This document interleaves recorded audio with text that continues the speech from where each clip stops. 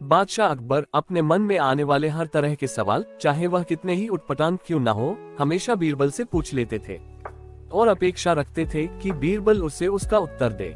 एक बार अकबर और बीरबल साथ में बैठे हुए थे।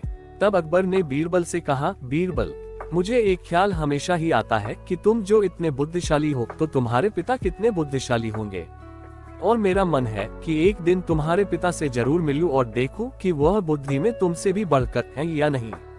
बीरबल ने अकबर से कहा, महाराज, मेरे पिता एकदम सीधे साधे, भोले भाले और गांव देहात में रहने वाले सरल आदमी हैं। उनसे मिलकर आपको कुछ भी हासिल नहीं होगा, इसलिए अच्छा होगा आप उनसे मिलने का ख्याल छोड़ दे।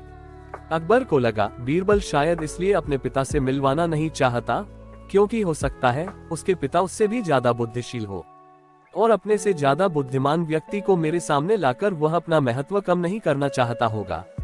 अकबर ने बीरबल की एक न सुनी और उसे हुक्म दिया कि अगर 8 दिनों में उसने अपने पिता से उन्हें नहीं मिलवाया तो परिणाम अच्छा नहीं होगा। बीरबल के पास और कोई चारा नहीं था, तो बीरबल ने गांव से अपने पिता को संदेश भिजवाकर बुलवा लिया। बीरबल अब सच में दुविधा में था, क्योंकि उसके पिता सच में बहुत सरल और भोले भाले आदमी थे। बीरबल ने अपने पिता को अच्छे नए कपड़े खरीद कर दिए और उन्हें एक बात कही कि चाहे कुछ भी हो जाए, अकबर कुछ भला बुरा कहे या गुस्सा करे, आपको उनके सामने बिल्कुल मुंह नहीं खोलना है। बीरबल के पिता अपने बेटे की बात मानकर अकबर के दरबार में चले गए। उनको देखते ही अकबर ने पहचान लिया कि वह बीरबल के पिता है, लेकिन सिर्फ बात शुरू करने के लिए अकबर ने कहा, क्या आप ही बीरबल के पिता हैं? बीरबल के पिता बिना कुछ बोले वहीं पर शांति से खड़े रहे, जैसे कि उन्हें अकबर की भाषा समझ में ही ना आ रही हो। अकबर ने एक के बाद एक कई सवाल किए, जैसे आपके गांव का नाम क्या है? गांव में सभी लोग कैसे हैं? इस साल बारिश हुई या नहीं? और फसल कैसी है? लेकिन बीरबल के पिता अपने बेटे के समझाए अनुसार एक भी शब्द नहीं बोले।